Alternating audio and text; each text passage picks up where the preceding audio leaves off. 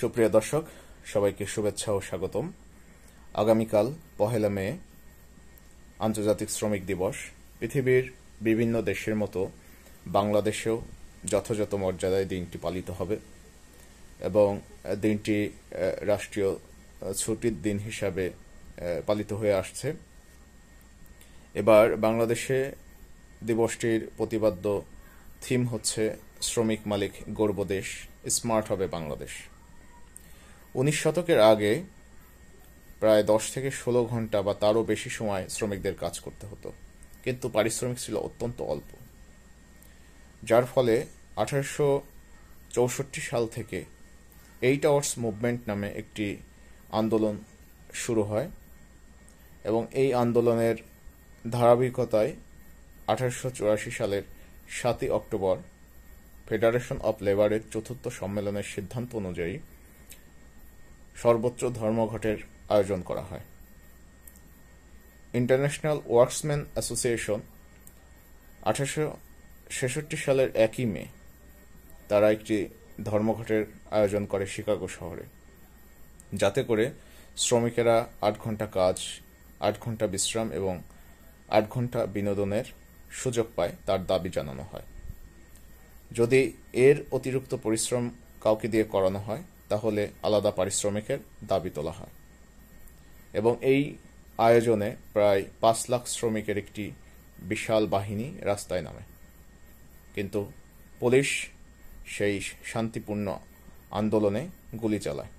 এতে করে নিহত হয় অনেকে, আহত হয় আরও বেশি। তার 2 দিন পরে অর্থাৎ 3 মে ম্যাককর্মিক হারভেস্টিং ফ্যাক্টরিতে এই যে মুভমেন্ট ছিল তার প্রতিবাদে, অর্থাৎ এই মুভমেন্টে যে অন্যায়ভাবে অত্যাচার চালানো হয় তার প্রতিবাদে একটা বিক্ষোভের আয়োজন করে, সেখানেও পুলিশ গুলি চালায়। এতে করে নিহত হয় প্রায় 6 জন। তার পরদিন অর্থাৎ 4 মে পুলিশি হত্যার প্রতিবাদে হে মার্কেট প্রাঙ্গণে একটি প্রতিবাদ সভার আয়োজন করা হয় এবং হে মার্কেট স্কোয়ারে পুলিশ পুনরায় গুলি করে এবং এখানে একটি বোমা বিস্ফোরণ করানো হয়, যাতে করে বেশ কিছু পুলিশ, শ্রমিক নেতা এবং সাধারণ মানুষ নিহত হন। এটি একটি কনস্পাইরেসি ছিল। পরবর্তীতে বোঝা যায় যে আসলে মালিক পক্ষের কোনো লোক আসলে কাউকে দিয়ে এটি করিয়েছিল।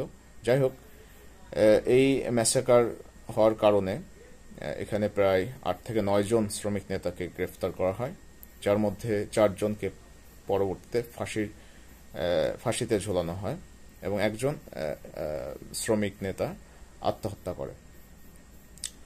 আসলে 1 মে বা মে মাসটা বিভিন্ন দেশে, উত্তর গোলার্ধের বিভিন্ন দেশে বসন্ত বরণ উৎসব হিসাবে পালিত হতো এবং তারা ফুল খেলা উৎসব হিসাবে পালন করে আসতো। কিন্তু শ্রমিকদের জন্য মে মাসটি ছিল অত্যন্ত তাৎপর্যপূর্ণ, কারণ যেহেতু শ্রমিকদের অধিকার আদায়ের জন্য আলাদাভাবে আসলে সংগ্রামের এবং এখানে আত্মত্যাগের একটা ইতিহাস ছিল, এজন্য মে মাসটি আসলে শ্রমিকদের জন্য অত্যন্ত তাৎপর্যপূর্ণ ছিল।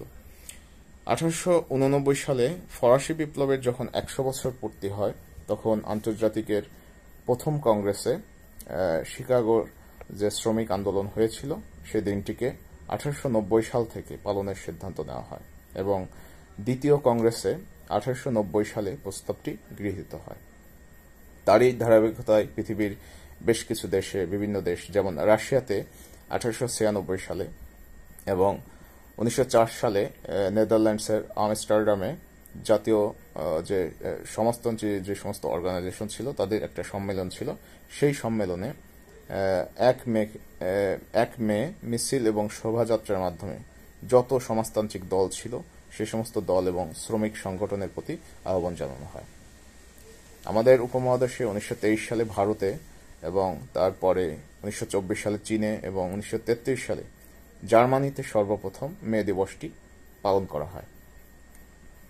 এমনকি বাংলাদেশের স্বাধীনতা যুদ্ধের সময় 1971 সালে সর্বপ্রথম মুক্তিযুদ্ধের সময় আসলে দিনটি পালন করা হয় সীমিত পরিসরে। পরবর্তীতে 1972 সালে বাংলাদেশের স্বাধীনতার রূপকার বঙ্গবন্ধু শেখ মুজিবুর রহমান 1 মেকে জাতীয় দিবস হিসেবে ঘোষণা করেন। তখন থেকে আসলে বাংলাদেশে দিবসটি যথাযথ মর্যাদায় পালিত হচ্ছে।